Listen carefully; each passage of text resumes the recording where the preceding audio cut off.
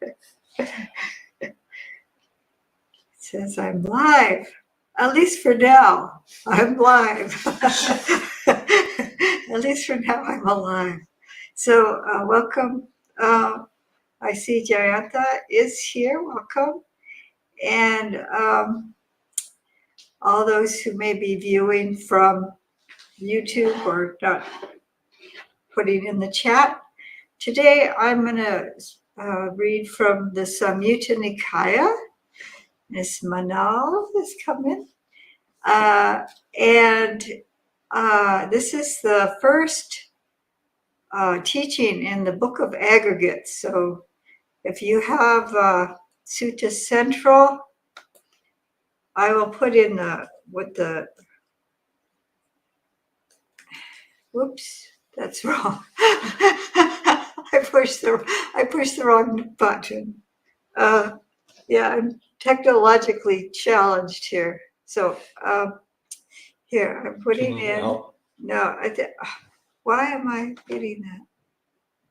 I keep getting another window. I'm trying to get into here. Yes. And okay, so it's in this Sutta Nipata. So you're going to look up SN. It's in the Book of Khandas, which is 22.1, because it's the first one. And so there it is, SN 22.1. If you can't see the chat. And if you have the hard copy, this is page 853. So this is called Nakula Pita, and that's Nakula's father. And it's very sweet because there's Nakula Pita and Nakula Mata. So that's the mother and the father of Nakula, but we never meet Nakula in the suttas. So they're the parents of Nakula, but he doesn't appear. Nakula doesn't appear. He or she, I'm not sure. And in if you look, there's this book that has all the names of the people mentioned in the suttas, and all they say about Nakula is that he's the offspring of these two, but they don't know how come they're called that, why they're called Nakula. Anyway, so this is Nakula Pita, and he is a devoted follower of the Buddha, as you'll see soon. And both of them are said to have entered the stream at some point. I don't know if he's entered the stream quite yet. We'll find out. So here, thus I have heard, on one occasion, the Blessed One was dwelling among the Bhagas at Sum Sum Maragira in the Besa Kala Grove, the deer park. Then the householder Nakula Pita approached the Blessed One, paid homage to him, and sat down to one side and said to him. So there's a footnote there if you have the hard copy, and that's going to explain about why he's named Nakula Pita. And Bhante Sujato he translates the title as Nakula's father, and I think I will read. I can read from both for a little while, but I think I'm going to just go to Bhante Sujato's translation. And so then Nakula Pita addresses the Blessed One. I am old, venerable sir, aged, burdened with years, advanced in life, come to the last stage, afflicted in body, often ill. I rarely get to see the Blessed One and the bhikkhus worthy of esteem. Let the Blessed One exhort me. Let the venerable sir, let him instruct me, since that would lead to my welfare and happiness for a long time. So that's Venerable Bhikkhu Bodhi's translation.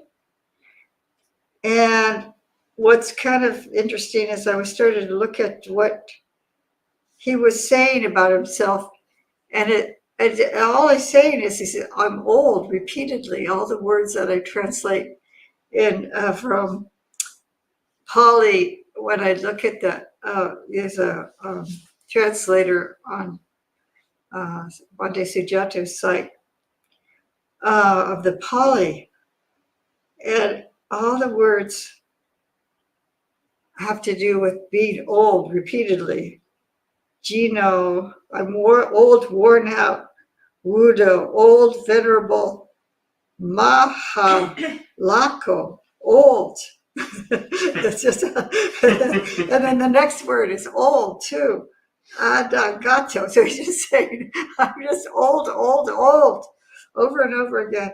And then Wayo nu pato is old, lost, decay. So he said, now he's talking about decaying. And the next word, atura kayo, that has to do with being sick, ill, suffering, afflicted. And the next word has a question mark, but I think it has to do with being ailing or afflicted as well. So he says, I hardly ever get to see the esteemed mendicants. This is Bhante Sujata's translation. If you see the word mendicant in a translation, it's likely to be his translation. May the Buddha please advise me and instruct me. It will be for my lasting welfare and happiness. So I'm just reading an alternate translation of what I just read. But now I'm going to continue on with Bhante Sujato's. Then the Lord Buddha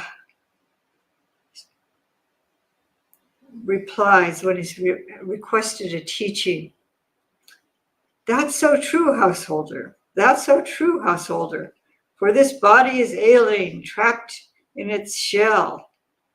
If anyone dragging around this body claimed to be healthy even for a minute, what is that but foolishness?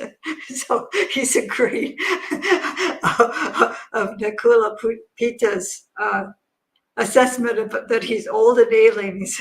He's agreeing with it. What else could it be? So you should train like this. Though my body is ailing, my mind will be healthy. So the only difference that Bhante or Bodhi or Venerable Bhikkhu Bodhi, he said, if anyone carrying around this body were to claim it to be healthy for even for a moment, what it is due to other than foolishness. Therefore, householder, you should train yourself thus. Even though I am afflicted in body, my mind will be unafflicted. So both of those statements, even though my body is ailing or afflicted, my mind will be unafflicted. My mind will be healthy. My mind will be healthy. So we just think about that for a minute. How can that be?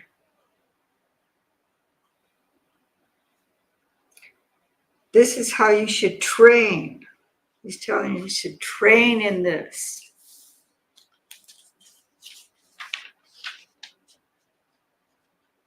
Even though I am afflicted in body, my mind will be unafflicted. So sometimes people will repeat this kind of brief statement and really contemplate it. And also suggesting this to ourselves. Then the householder, Nakula's father, approved and agreed with what the Buddha said. He got up from his seat, bowed, and he respectfully circled the Buddha, keeping him on his right. Then he went to the Venerable Sariputta and bowed, and sat down to one side. Sariputta said to him, "Householder, your faculties are very clear and your complexion is pure and bright. Did you get to hear a Dhamma talk in the Buddha's presence today?" I'm used to the other way it's phrased, so sometimes I get the words a little. So he says, your faculties are serene, your facial complexion is pure and bright. Did you get to hear a Dhamma talk today in the presence of the Blessed One? And he says, why not, Venerable Sir? Just now I was anointed by the Blessed One with the ambrosia of a Dhamma talk.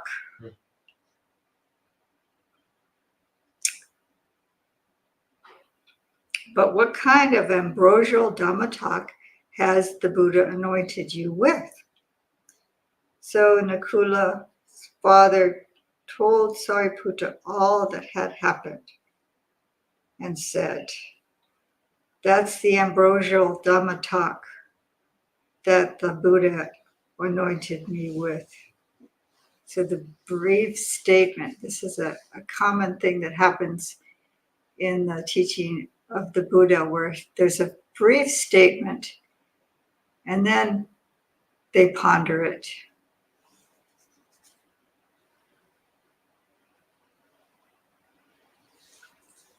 But didn't you feel the need to ask the Buddha a further question? Sir, how do you define someone ailing in body and ailing in mind, and someone ailing in body and healthy in mind? So the Bhante Bodhi says, didn't it occur to you, householder, to question the Blessed One further on how one is afflicted in body and afflicted in mind, and how one is afflicted in body and not afflicted in mind? And this is quite beautiful. We would come far away, Venerable Sir, to learn the meaning of this statement from the Venerable Sariputta. It would be good indeed if the Venerable Sariputta would clear up the meaning of the statement. So I think he must have been so in awe. Can you imagine being able to come to the Lord Buddha and pay respect to him, even though he was old, elderly, decrepit, ailing? He made this effort, even though it was difficult to come to pay respects to the Buddha, and the Buddha gave him a brief statement, and he was elated. And this, for me, this is just showing kind of this love and mutual caring for one another. That one cares for one another in such a way. And then it didn't occur to him to ask a further question. I can imagine just being so excited, and just maybe intuitively he got some sense of what the Lord Buddha was saying, but he didn't ask him further. Well, how is it that I could be, although I'm afflicted in body, I'm not afflicted in mind? How can that be? So Venerable Sariputta is known for his wisdom, so he knew to say, well, did you ask him a further question? Okay. So he would travel a long way to learn the meaning of the statement in the presence of Venerable Sariputta. So even though he's old, it's very difficult to drag this body around, is what the Lord Buddha was saying. He would, in order to hear the Venerable Sariputta. So this is also showing a lot of respect and love for the elders here. May the Venerable Sariputta himself please clarify the meaning of this. Well then, householder, listen and apply your mind well. I will speak. Yes, sir, replied Nakula's father. Sariputta said this, and how is a person ailing in body and ailing in mind? So he's going to take it piece by piece here. It's when an unlearned ordinary person has not seen the noble ones and is neither skilled nor trained in the qualities of a noble one. They've not seen good persons, and neither skilled nor trained in the qualities of a good person. So at the time of the Buddha, of course, they didn't have internet, they didn't have printed word. So in order to hear the Dhamma, you had to go in the presence of a teacher or somebody that knew the teachings. So this is the good persons would be repeating what they learned from the elders, but then it's good to go to the source as well. Otherwise, it just keeps getting diluted down the line. But so an unlearned ordinary person who's not seen the noble ones, they haven't taken the time to learn the teachings. So then they regard form as self having form in self, or self in form. So these are different permutations of form is the body, and this is the first of the 5 khandas, the 5 aggregates. And form is said to be made of the 4 great elements. That's earth, water, fire, and air. And this is one way to contemplate form. But that's how it's defined as far as the khandas are concerned. So they see form as self. I am this body. This is myself, this body. Or self having form. I have this. This is my body. This self has this body. Or form in self. This means that like a soul or something inside the body. Or self in. Okay, form in self. A form in self. I got it backwards. So that's a little trickier. I think there's a greater self that the form is within, or self in form, and that would be more the soul inside of the body. They're obsessed with the thought, I am form. Form is mine. And that's 2 of those permutations. But that form of theirs decays and perishes. So this body is subject to aging and death. So perishes, or is about to perish. Okay, I am form. Form is mine. As he lives obsessed with these notions, that form of his changes and alters. With the change and alteration of form, there arise in him sorrow, lamentation, pain, displeasure, and despair. So it's kind of like, oh no, I'm getting old. Oh no, it's all these illnesses. Oh no, how can this be happening to me?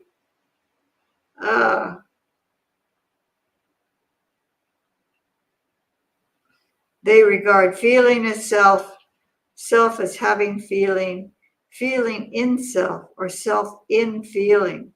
So feeling, Vedana. So the first one is Rupa Kanda. It's the Upadana Khandas, the khandas of clinging, and feeling is Vedana with a V. The V is often kind of a W sound,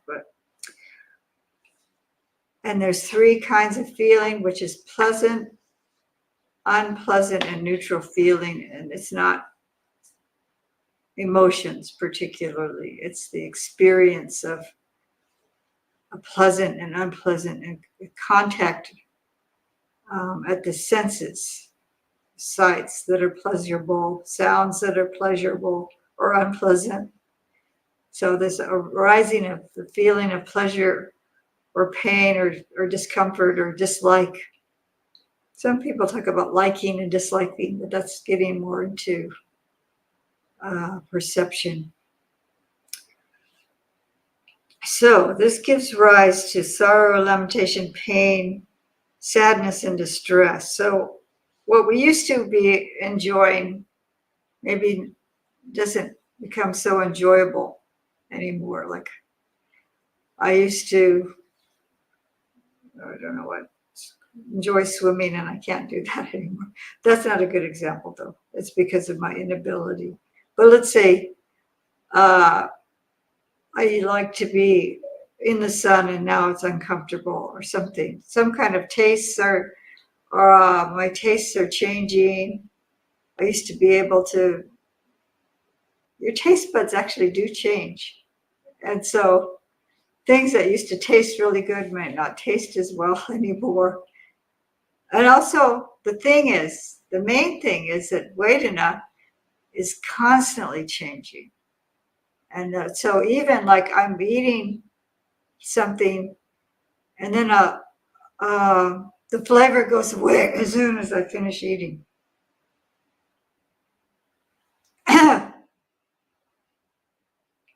So that's impermanent. I love to hear the sound of the birds and the season changes and the birds all go away. But usually it's like there's a moment of there's sound and there's beauty and then it ceases. And then I can't hold on to it. It's gone. So the feelings are really transient. They regard feeling as self, having feeling, feeling in self, or self in feeling. They're obsessed with the thought, I am feeling. Feeling is mine. But that feeling of theirs decays and perishes, which gives rise to sorrow, lamentation, pain, sadness, and distress. They regard perception as self, self having perception, perception in self, or self in perception. So perception is recognition, being able to recognize things clearly. Like I recognize that as a clock just because, or this bell. We learn to recognize things by their shape, their color, or the sound. I don't know if this is going to sound very well in the.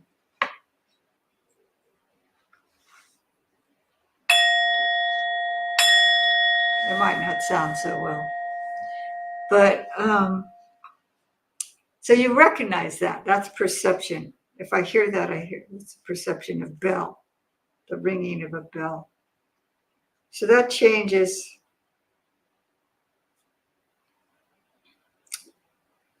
But that perception of theirs decays and perishes.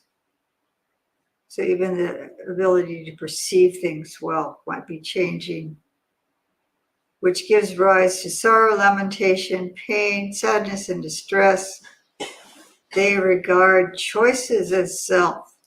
So here's Bhante Sujato translates sankhara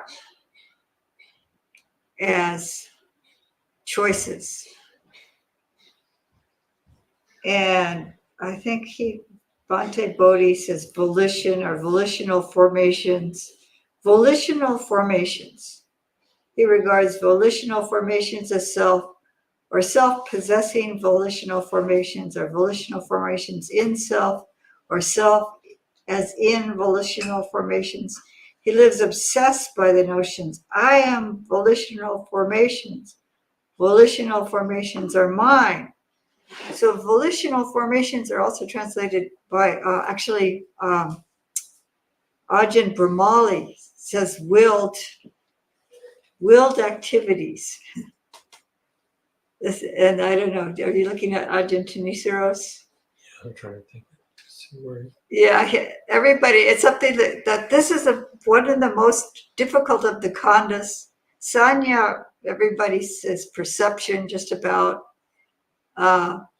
Vedana, most people say feeling, but Sankara is the one, it wins the Guinness World Record for the kanda with the most translations, English translation, because there's not one word, but it's a complex matter because it does have to do with making or putting together. If you look up the components of the word, the kara has to do with action or doing or making. It comes from, so sankar, and san is putting something together. San is,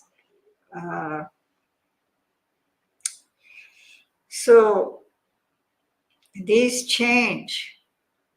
That I think probably people may, if you want to think of a mental component that you might regard as self more than anything, it would be the sankara, because it's a more complicated aspect of it's mental formations, volitional formations, mental formations, is because we're always, I think, thought and decision making, and what else? How else could you describe sankara? It's like it's very, it is complex. Of most of everything that's the mental components that aren't mentioned by the other mental mental khandas are sankara. So it has to do with thought, and it's a more complex thought form than just perceiving something as recognizing something or experiencing the feeling. Sanya has to do with memory, and Philip wanted to say something. I was just going to ask, is that because that's the one most directly tied to becoming? That's a good question, and we could get into that once we finish the sutta. I'm still, I should probably finish. So they're obsessed with this, that these sankharas are theirs. It might be good just to learn the term, like samadhi. It's like one translation doesn't work for the whole spectrum of what sankhara means. So it gives rise to sorrow, lamentation, pain, sadness, and distress. They regard consciousness as self having consciousness, consciousness in self, or self in consciousness. That's the six consciousnesses at the six sense bases. So the five physical senses: eye, ear, nose, tongue, body, mind. At the contact of their objects arises consciousness. So they're obsessed with the thought, I am consciousness, consciousness is mine, but that consciousness of theirs decays and perishes, which gives rise to sorrow, lamentation, pain, sadness, and distress. So our faculties are fading, our awareness that the faculties may be fading. That's how a person is ailing in body and ailing in mind. And how is a person ailing in body and healthy in mind? It's when a learned, noble disciple has seen the noble ones and is skilled and trained in the teaching of the noble ones. They've seen good persons and are skilled and trained in the teachings of good persons. So I'm going to go through this a little bit more quickly because I already explained the khandas.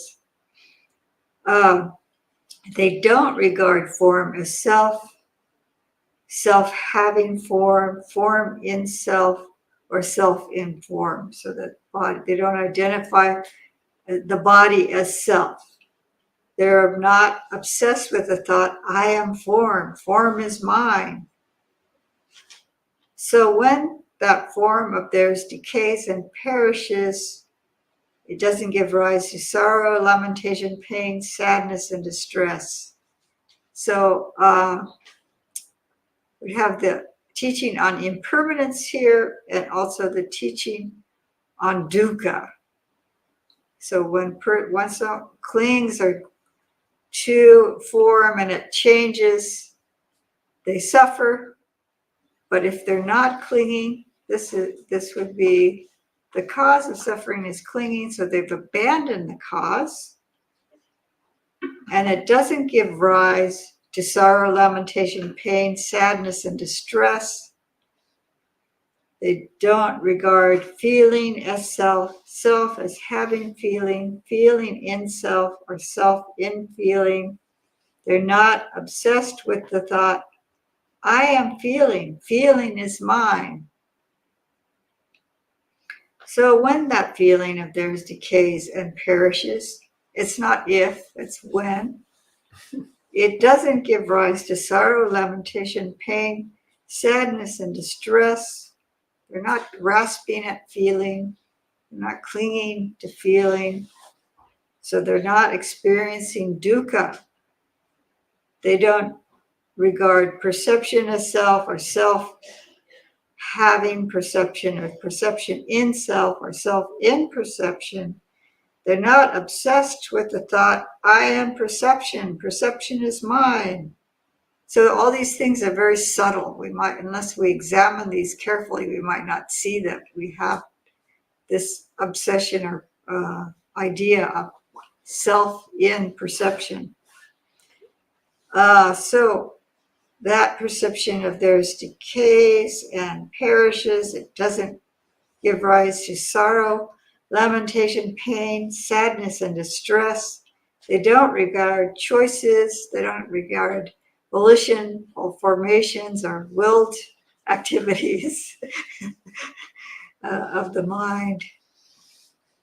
They don't regard sankhara as self or self-having sankhara or sankhara in self, self in sankhara. So we just have to learn the word sankhara, and you can choose your own translation of that. What's actually in context, it changes. The meaning of sankhara changes, like English words change into context. Pali is very much the same, and even more so. They're not obsessed with the thought, I am sankhara. Sankhara is mine. So when those sankharas of theirs decay and perish, they don't give rise to sorrow, lamentation, pain, sadness, and distress. They don't regard consciousnesses. Sense consciousness, that's another way I've seen it translated, actually. Makes sense. Sense consciousness at the sense basis.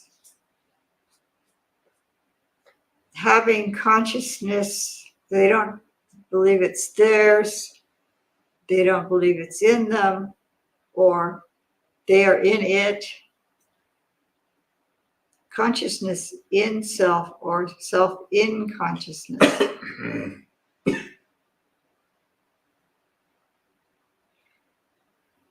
They're not obsessed with the thought, I am sense consciousness, I am sense consciousness. So when that consciousness of theirs decays and perishes, it doesn't give rise to sorrow, lamentation, pain, sadness, and distress.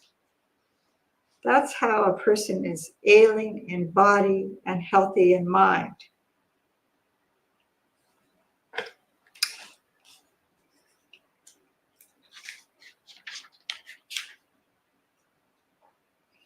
In such a way, householder, one is afflicted in body, but not afflicted in mind. This is what the Venerable Sariputta said, elated, the householder, the Kulapita delighted in the Venerable Sariputta's statement. So this is a very beautiful sutta, I think, on the five khandhas, and it does cover all three of the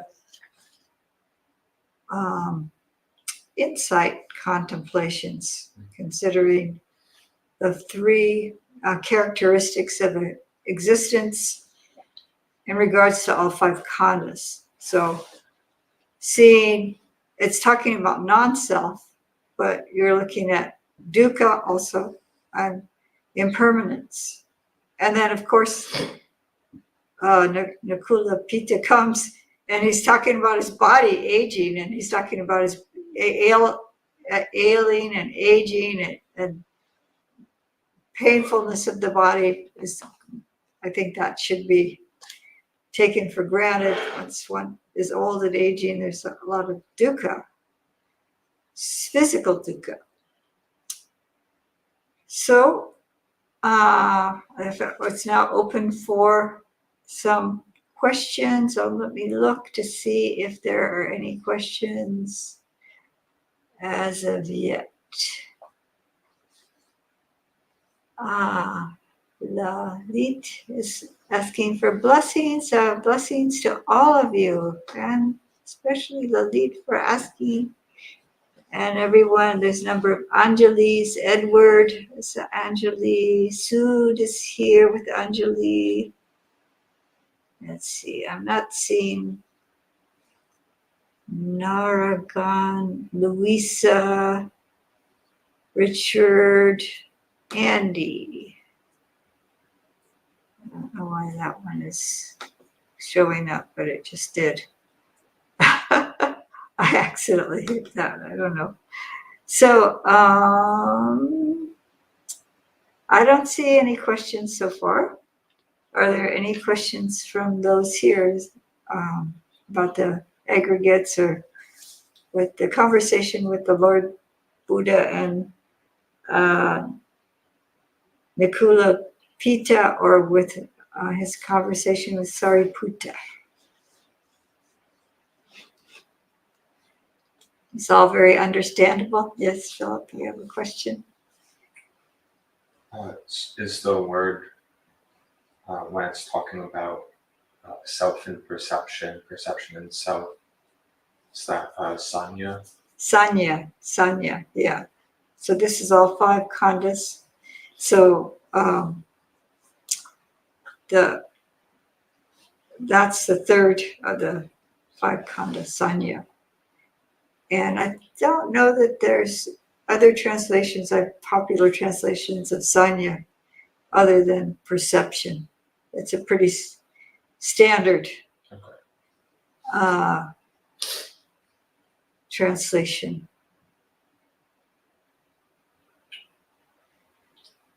May I double up? Yes.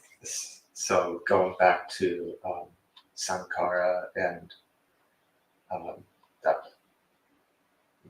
my question before was is that the khandha most directly tied to becoming?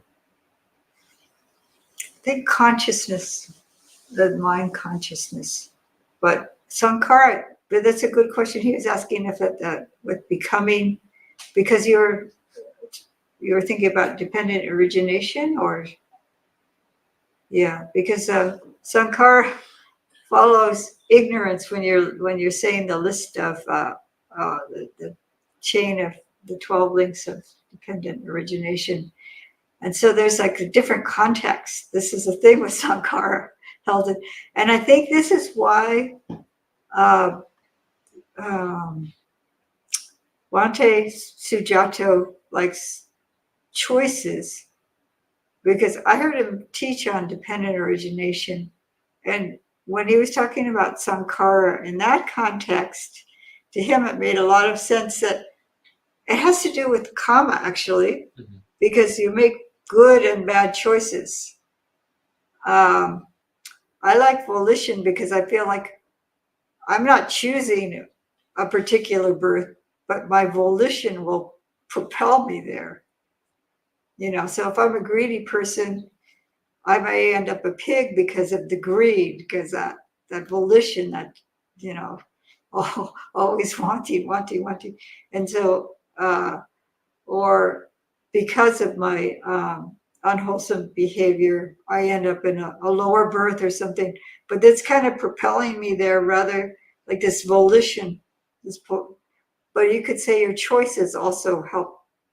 It doesn't just, your choices don't just, you don't make the choices decide for you. If you think of choices as non-self, then, so there's arguments about that. But if you just think of the khandha as choices by itself, then it really limits the scope of what sankhara is, and mental formations are.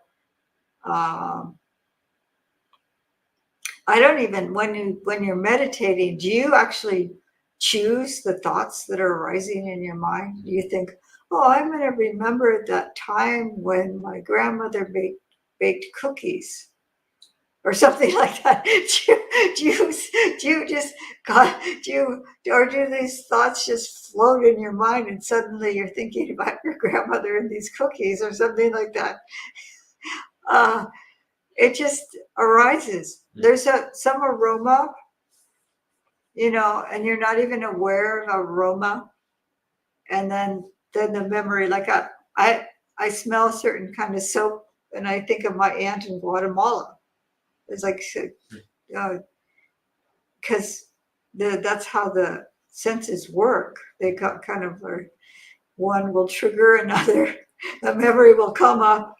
So at the mind door, there's all kinds, for some reason, when you lay down on bed and you're going to sleep, you might start a memory of something you said or somebody else said during the day will come up. I mean, do you choose that? No. It's like, so this is my idea about sankhara, is that but we do choose, as far as we do have some choice in our actions, and, body and speech. And we can choose to abandon the unwholesome and to develop the wholesome.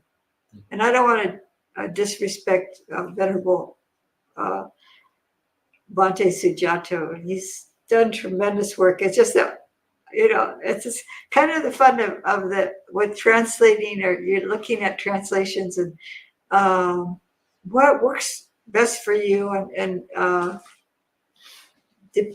I'm just kind of playing it. I'm not a scholar, so I'm just kind of playing it. My argument, because I can win because he's not here. He would have a really good argument to support his reason for translating this. Since I have no one to debate with, I win the debate. I'm being naughty. I'm sorry. So I do have deep respect for Bhante Sujato. He's done tremendous work, and a lot of times his translations will be more accessible to me, more understandable to me than Bhante Bodhi's. And other times, what Bhante Bodhi, I'm used to it, the way he translates it makes sense to me that way. So that's it, really, the main difference. I can't remember how Bhante Siddhasa translates. How Sankara? Yeah, I don't know. Yeah, so that's a tricky. Let me see. There's a so thank you, Philip, for your questions, and hold your question if you have another one, because I see someone has written something in, and I want to give them a chance. Okay. See if I can. I'm supposed to touch it? No. Click on That's not a it. Okay. Let's see. I'm technologically challenged. How is the untrained mind directly impacted in relation to the three levels of conceit? Okay. When perceiving the body aging. Okay, that's a complex question. Thank you, Richard. So the three levels of conceit. Yeah. This is mine. That would be the conceit of, it's a craving. This is mine. this I am, this is myself. So there's 3 types of conceit. I think that's what Richard is referring to. Aging, perceiving, untrained. Okay, mine, this is mine, my body. My body is aging. How can this be happening to me? So mine, I am this body.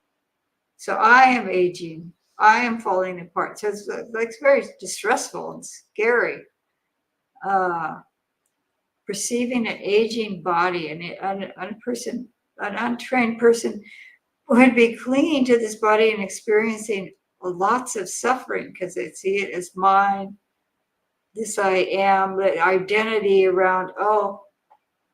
So many people spend so much time trying to appear younger than they are. They're dyeing their hair, makeup, all kinds of things to their face, like creams and lotions and things like that.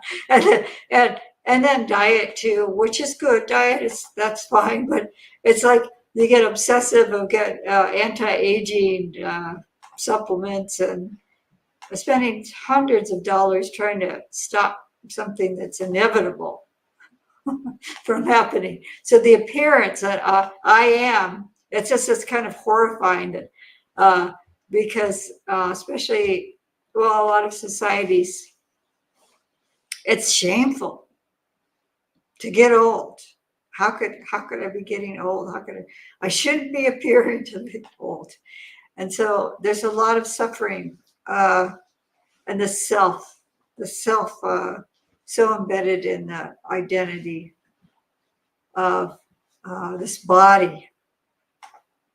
And then conceit. Yeah, the body aging. That's it. The senses go along with the body, though, because if my hearing or my eyesight is also failing, people a lot of times they don't want to admit to that. They don't want to admit that they're hard of hearing or they're having some vision problems or. So yeah, that's related to the body as well. So the conceit would be a lot of suffering because it's inevitable that things are going to start breaking down. Conceit with the body, and then this is something I can mention with the stream entry. This identification with the 5 khandhas, you don't see them as self. You're not identifying any of the 5 khandhas. So the body, you don't see you understand the body is not mine. Because the body is composed of the 4 elements and it's always changing. Even when we're young, it's constantly changing. We're constantly, the air exchange of the cells are always dying. Skin is always falling off. If you have hair enough to brush, you'll see hair coming off into your brush. Yeah, you see, especially as you get older, you take off your clothing and you'll see skin, especially a darker colored something you're wearing close to your body, you'll see skin. It's just like you're constantly kind of decomposing. So you don't identify this composition of elements as a self, or as it's not mine. I don't have control over it.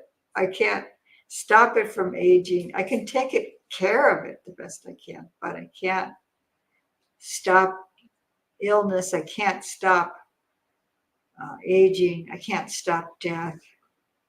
So that's the untrained person is thinking that they have some control. They have their identity is wrapped up. A lot of people, their identity is so wrapped up in this body. This is this I am, this is myself. And then so they suffer tremendously because it's not true. So the view of self, this is the third one, the view of self, that this is myself. This body is myself, along with the other khandhas. So that's the uninstructed mind, and they're impacted by tremendous suffering. So thank you, Richard. That's as much as I mean, I'm sure you could write essays on this subject, but that's basically it. Boils down to dukkha. That's the impact. And Philip had another question. I don't see any further questions. In the chanting this morning, you see where the last part talking about karma, any intentional act, this is going to going to be the heir of this. Is intentional act, is that sankhara? Or what's... They're talking about kama, where this morning we chanted the 5 subjects for frequent recollection, and the last one is I'm heir to my kama, born of my kama, abide by kama, supported by my kama. The results of my karma. Any kama I shall do for good or for ill. That I will And be. repeating it. So this is an intentional activity that would be related to the volition, intention. That would be in the realm of kama, the action. So the kama by body, speech, and mind. So even if I don't act on, let's say I have a lot of hatred, and I don't act on it, but I'm just, I don't do any hate crimes or anything like that. Sorry for everyone that's, all of us are victims of the hate crimes. But if I don't act on it, I just feel hatred, then I'm hurting myself. And I just have an ugly mind. My mind, there won't be any peace in my mind. And that would affect a future birth, I think, also. Maybe I restrain myself. I keep it to myself. I don't say anything nasty to anybody, but I just have a lot of hatred. And likely I would have mistrust, and it would affect my behavior, in that I would be pulling away from other people. Actually, how could you have hatred in it? Wouldn't affect, but I wouldn't act violently or break a precept, but I would be mostly hurting myself. So that would be kama of mind, or kama of mind. If I have a lot of hatred and anger, and then I harm somebody through speech or through bodily action, that's a very strong kama. It's a stronger kama. Right. If I accidentally hurt somebody, I'm not intending to hurt somebody, that's a different kind of kama. And let's say I hurt somebody, and then I'm like, what can I do to help you? So it's like, I'm sorry, I didn't mean to do that. That's a very different kama than intentionally hurting somebody. So there's body, speech, and mind, and that's all kamas. And it is related to sankhara. And I think because the kara has to do with action, and I'm not sure what kind of part of speech that is, but the san is together. So it's mental, but it's mental. They talk about forming or making. Kara is doing, making, action. It's some kind of action.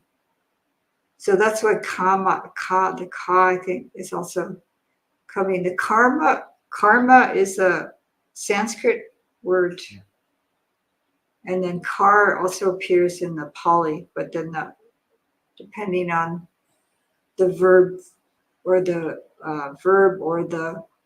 noun, it changes and it might drop the R. I think that it may be just ka. I'll have to look up what the actual root is.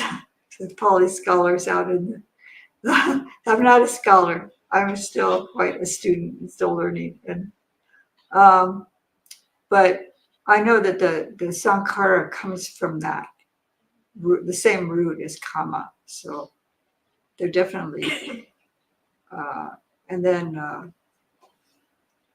they have ignorance is like the beginning of the 12 links of dependent origination, and sankhara comes next. It's because it's a volition that's propelling us into another, our choices, as Monte Sujato says, it's propelling us into another birth. And then these also, they manifest within, according to Abhidhamma, it's like the whole chain of dependent origination will appear. They'll be like bits, like a feedback loops go, like it, especially around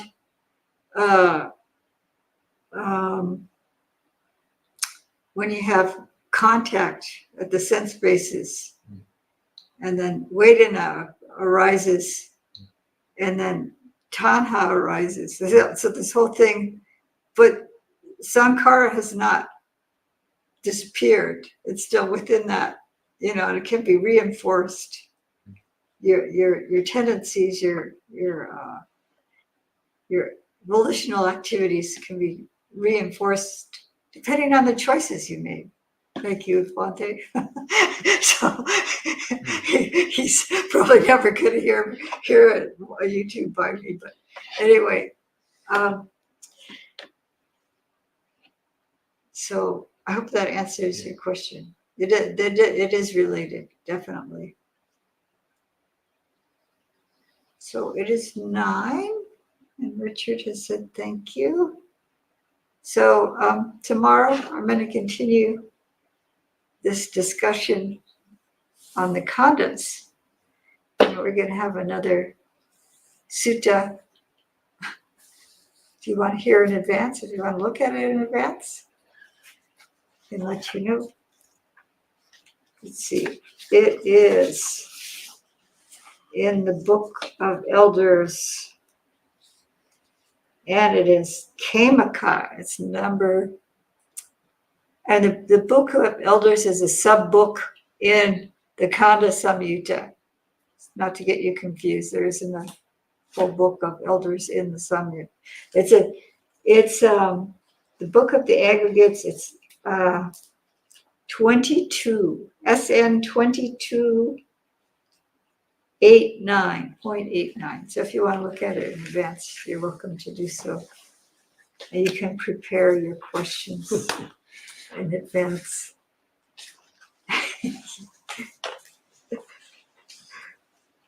All right, so I guess this is time for ending. Thank you all so much for your patient listening.